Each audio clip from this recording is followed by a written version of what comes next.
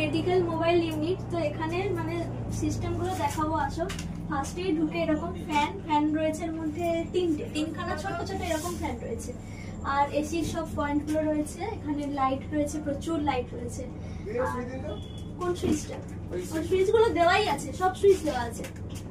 আচ্ছা, তারপরে এখানে এই বেসিনগুলো এখন ইনস্টল হচ্ছে, আর এগুলো একটা একটা ওয়ার্ড্রপ দেওয়া, এর ভেতরে সমস্ত জিনিস রাখা আছে। এখানে ভেতরেই পাওয়ার দেওয়ার কোনো জায়গা আছে।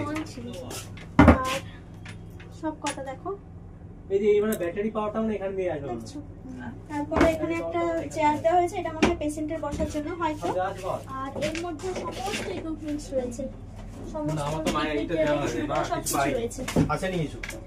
তারপর এটা একটা ইনকিউবেটর, এখানে রয়েছে ইনকিউবেটর, আর ওখানে ফ্রিজ আছে, ফ্রিজটা দেখাবো আসো।